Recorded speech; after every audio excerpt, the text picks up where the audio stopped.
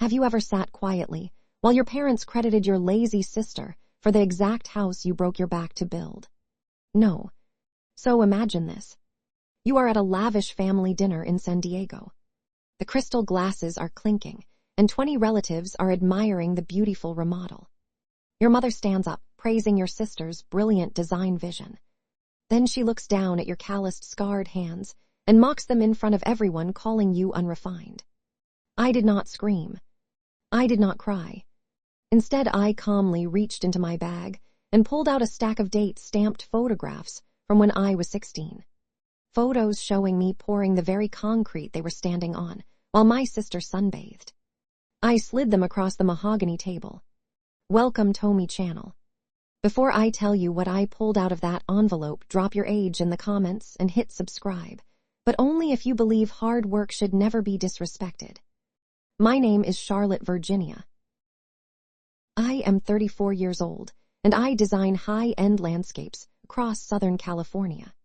I run my own firm, negotiate my own contracts, and know exactly how many tons of natural stone and gravel it takes to transform a barren slope into a cascading coastal oasis. But standing outside my parents' canyon edge, the state that evening, I was doing what I had done my entire life. I was practicing how to make myself small. I sat in the driver's seat of my truck, with the engine off, staring at the property line. The house sat on a steep grade. 18 years ago, the property was a barren dirt slope, and my parents could not afford professional landscapers to make it presentable for buyers. So that summer, while my older sister Vanessa interned at a public relations firm and complained about paper cuts, I spent 3 months hauling crushed gravel in a rusted wheelbarrow. I laid the massive flagstone pavers piece by heavy piece. I built the sprawling stone terrace they were about to host a dinner party on. I was 16. Now Vanessa was 36. She had recently launched a boutique design firm after abandoning a career in event planning. She needed a flagship portfolio piece to win a massive contract from a wealthy hotelier looking for a lead designer for his new coastal resort. To get it, she needed a narrative, a story about her architectural intuition and her eye for curating structural elegance. She did not have a portfolio. She had my childhood labor. A week prior, my mother Helen had called me. She did not ask for my permission. She presented a strategy. She told me the investor was coming to dinner. She said Vanessa would be presenting the estate's terrace redesign as her own masterwork. She framed it as a family favor, a silent sacrifice I needed to make so Vanessa could finally find her footing. I should have declined. I should have hung up the phone. But I am an expert at building retaining walls, and I am terrible at holding boundaries with my mother. I agreed to sit at the table and nod while my sister claimed my sweat as her curated vision. I thought compliance would earn me a seat at their table. I thought silence would finally buy my mother's approval. My husband David saw the math for what it was. We had fought about it in our kitchen an hour before I drove over. He watched me slide a leather portfolio into my baguette, held the original design sketches and material logs for the terrace. I had promised my mother I would bring them just in case the client asked technical questions Vanessa could not answer. But before I zipped it shut, I stared at the leather case for a long moment. Almost on instinct, I opened my bottom desk drawer, took out a thick manila envelope, and slid it in next to the sketches. I told myself it was just for my own peace of mind. But deep down, I knew I was packing a loaded gun. David leaned against the counter and refused to put on his suit. He told me I was subsidizing my own erasure. He said he loved me too much to watch me hand over my dignity to people who treated me like the hired help. He stayed home. I drove to San Diego alone, carrying the weight of a fracturing marriage, just to protect a family that viewed my scarred hands as a liability. I stepped out of the truck and walked up the driveway. The evening air smelled like jasmine and ocean salt. Through the floor-to-ceiling windows, I could see the caterers moving around the kitchen. I could see Vanessa in a silk dress, holding a champagne flute, laughing with the investor. And I could see my mother adjusting the floral arrangements, ensuring every petal projected the exact image of upper-class perfection she required to survive. I walked through the front door and handed my coat to a server. My mother spotted me from across the foyer. She did not smile. She looked at my boots, then at my hands, and her jaw tightened. The dinner was about to begin, and I had no idea that the price of my silence was about to bankrupt me. The evening air wrapped around the canyon, carrying the scent of roasted garlic and coastal salt. I walked onto the sprawling terrace holding my breath. 20 relatives occupied a massive dining table, arranged under ambient string lighting. The low murmur of their conversations blended with the rhythmic crash of the Pacific Ocean waves far below the property line. Crystal wine glasses clinked against fine china, producing a continuous bright melody of wealth. At the center of the arrangement sat the potential investor. He wore a tailored suit and held his posture with the relaxed confidence of a man who controlled vast sums of money. Beside him sat my sister Vanessa, glowing under the warm patio lights. I took my assigned seat near the end of the long table. My chair sat directly over a section of grating I remembered vividly. 18 years ago I had poured the cement for this exact corner. I remembered the heavy scraping sound of the shovel against the metal wheelbarrow. I remembered the burning ache in my shoulders and the salty sting of sweat dripping into my eyes as I worked through the intense summer heat. Tonight that same concrete was covered by imported outdoor rugs and expensive teak furniture. My family sat upon my teenage labor, treating it as a natural birthright. They stepped on my history without a second thought. My mother Helen moved around the guests with anxious precision. The soft click of her heels against the stone surface revealed her underlying panic. I watched her discreetly snap at a passing caterer because a silver salad fork was positioned a fraction of an inch too far from the plate. She then seamlessly pivoted to offer a dazzling smile to the client checking, to ensure his glass was filled with the $500 Cabernet she had specifically ordered to impress him. Her knuckles were pale white as she gripped her own glass, terrified that a single crack in the illusion would ruin her. To her, my presence was a calculated risk. My visible grit threatened her fragile setup. She needed me there to maintain the facade of a unified family, but she wanted me to remain entirely invisible. The low hum of jazz music drifted from hidden outdoor speakers, creating a deceptive blanket of calm. My mother tapped a silver spoon against her crystal glass. The sharp, clear ring sliced through the ambient noise, silencing the table. She stood at the head of the gathering, projecting practiced joy. Over the steady sound of the ocean wind, she delivered her toast. She showered my sister with praise for her brilliant architectural mind. She credited Vanessa with the impressive transformation of the estate, painting a vivid picture of my sister's design talent. She spun a beautiful fiction about aesthetic intuition and natural ability. Applause filled the space around the relatives. The sound of their clapping felt heavy and thick. Vanessa smiled and lowered her head, absorbing the unearned admiration with graceful ease. The investor nodded in approval, raising his glass toward my sister in a silent salute. I sat frozen. The leather portfolio, holding the actual structural blueprints, rested heavily on my lap beneath the table. I listened to the applause and felt a heavy, steady pressure in my chest. I had convinced myself that enabling this illusion would finally grant me peace. I had believed that if I gave them this one victory, they would finally look at me with respect. But sitting there staring at my heavy boots against the expensive imported rug, I realized I was just paying the admission fee for a show I did not even want to watch. My husband's warnings echoed in my mind, reminding me of the damage I was doing to my own life. The retaining walls I had built held the earth steady beneath our feet. I could feel the solid presence of the concrete through the soles of my shoes. It was a grounding sensation, contrasting sharply with the fleeting, fragile nature of the dinner party.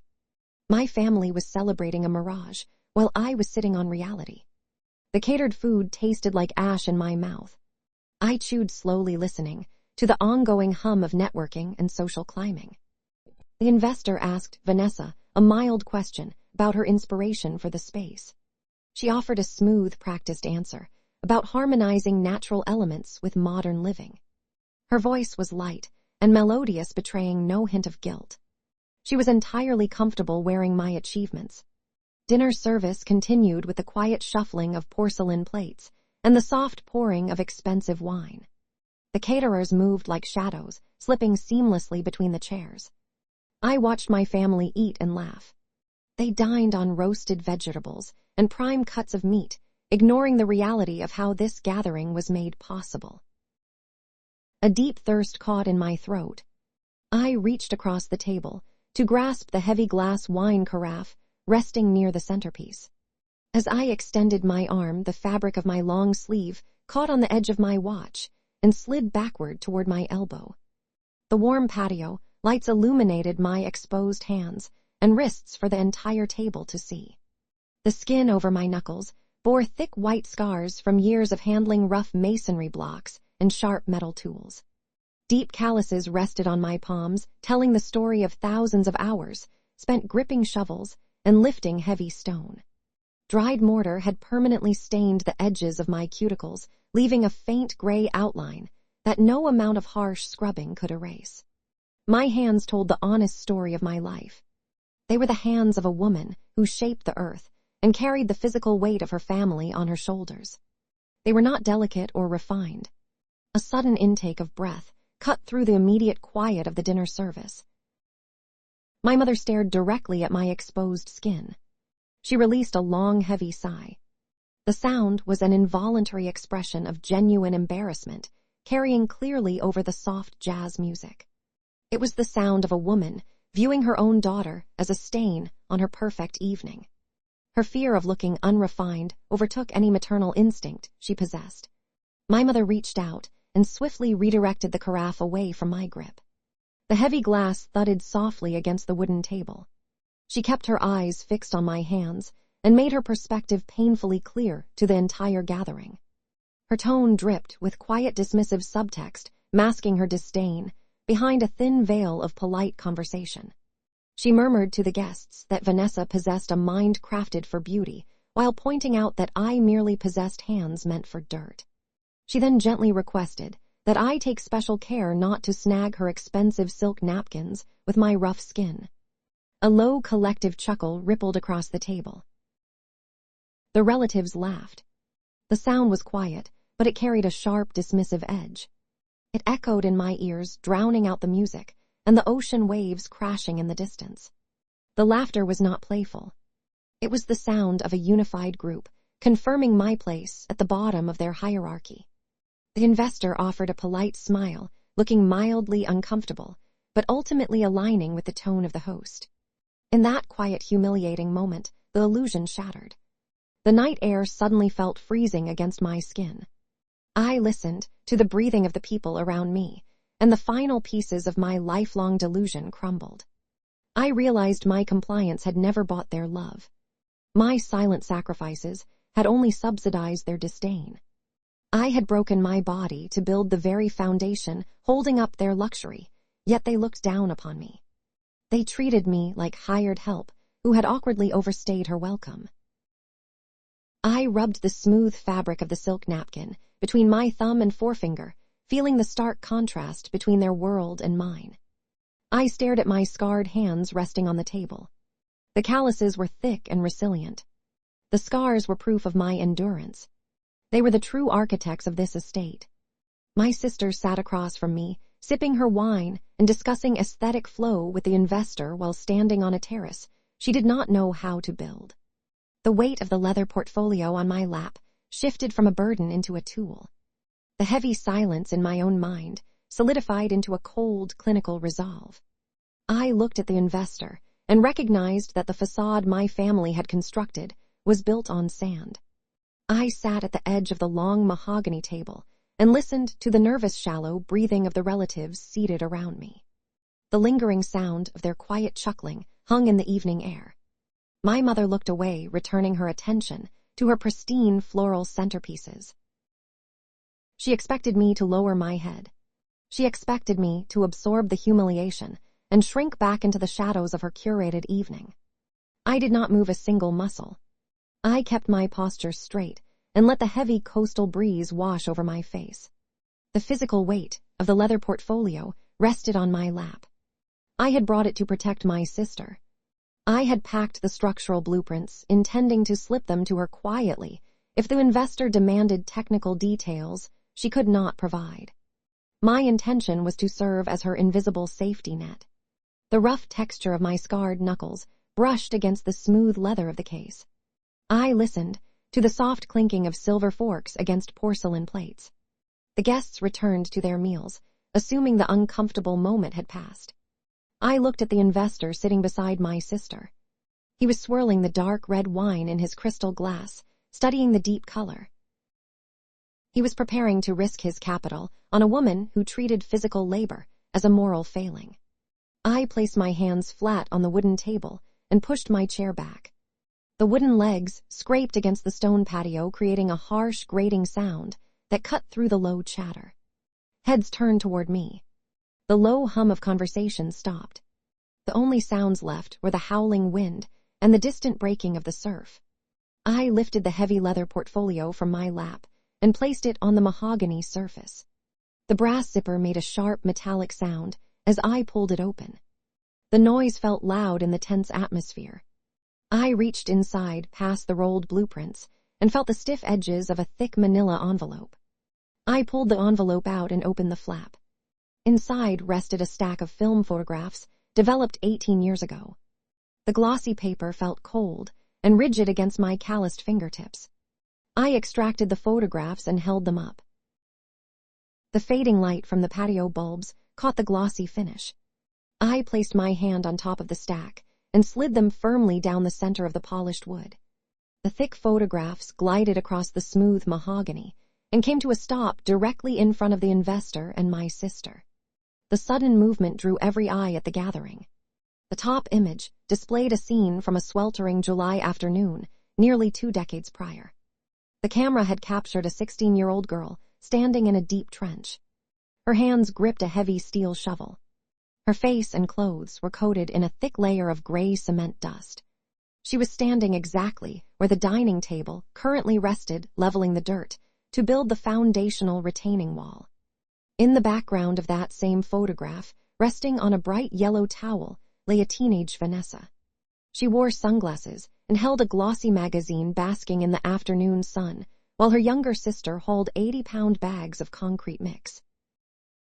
The investor leaned forward. The fabric of his tailored suit rustled in the quiet night. He picked up the top photograph and studied it. I listened to his slow, measured breathing. He picked up the next image in the stack.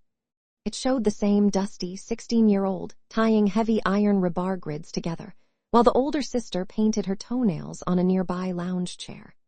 The date stamp glowed in bright orange numbers in the bottom right corner of every single print, establishing an undeniable timeline. The investor lowered the photographs to the table and exhaled slowly. He looked at Vanessa. My sister sat frozen. Her chest rose and fell in rapid, erratic intervals. The confident posture she had maintained all evening collapsed inward. The soft rustling of the nearby palm trees filled the prolonged silence. I looked directly at her and posed a technical inquiry regarding the very terrace we currently occupied. I asked her to detail the specific drainage gradient and the exact tonnage of crushed aggregate subbase required to keep the heavy flagstones from sinking into the coastal mud. Vanessa gripped the stem of her wine glass. Her knuckles turned pale white. She opened her mouth, but no sound emerged. She swallowed hard, producing a dry, clicking noise in her throat. The wind whipped across the table, fluttering the edges of the silk napkins my mother cherished. Vanessa fell right back into her public relations training. She sat up straighter and tried to weaponize her vocabulary. She confidently deflected the question by stringing together meaningless corporate buzzwords. She talked about how the project's true value was in its spatial synergy, and how the organic energy of the landscape superseded traditional metrics. She let out a high-pitched, nervous laugh, pretending the technical details were simply beneath her creative vision. But the client did not smile. His eyes narrowed as he saw right through the hollow word salad. She genuinely did not possess the knowledge required to answer the inquiry. She did not know the earth beneath her feet. I let her nervous laughter die away into the coastal wind. I kept my tone clinical and steady. I answered the inquiry for her, laying out the cold facts, without a single trace of emotion. I detailed the precise layered compaction method required to prevent the heavy terrace stones from shifting under the coastal rains. I explained the exact dimensions of the French drain system buried beneath our feet and the specific type of porous joint sand used to lock the entire layout together. I described the exact physical toll of moving 12 tons of raw material by hand just to create the elegant outdoor space she was claiming as her own genius. I delivered the facts with the rhythmic precision of a metronome.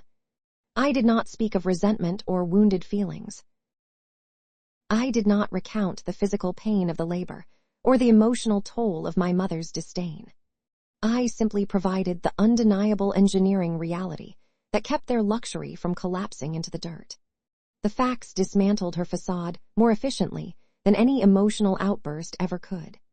The wealthy client sat perfectly still. The only sound from his direction was the steady tapping of his index finger against the mahogany wood.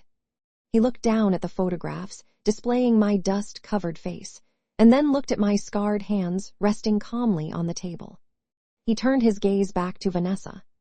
He watched her shallow, panic-stricken breathing. He witnessed her profound ignorance regarding the very structure she claimed as her flagship design. The mirage my family had so carefully constructed evaporated into the damp night air.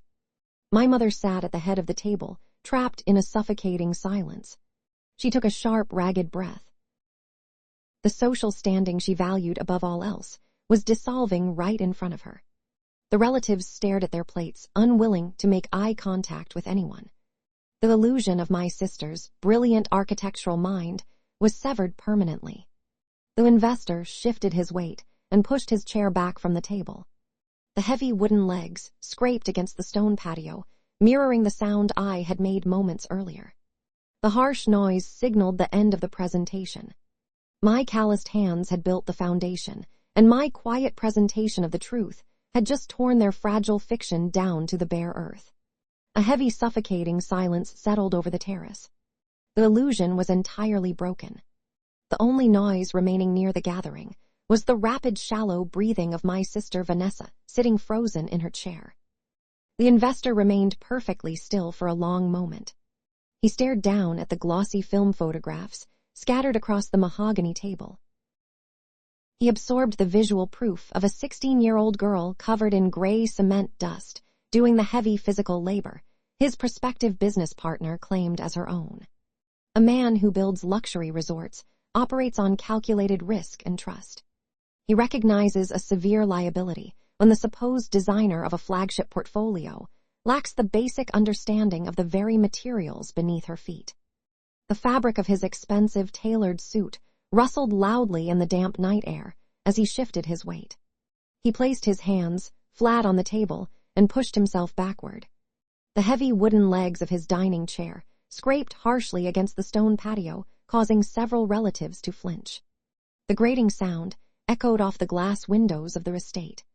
He stood up to his full height. He buttoned his jacket with a series of dull clicking sounds. He offered a single stiff nod toward my mother. He turned his back on the lavish gathering. His leather shoes tapped a steady receding rhythm across the concrete surface I had poured with my own hands 18 years ago. The steady footsteps grew fainter until the heavy front door of the estate clicked shut. The lucrative funding walked out the door with him, taking my sister's unearned future away. The departure left a suffocating vacuum over the dining table. My mother stood up, her face contorted with raw, unfiltered blame, ready to scream. But I did not give her the chance.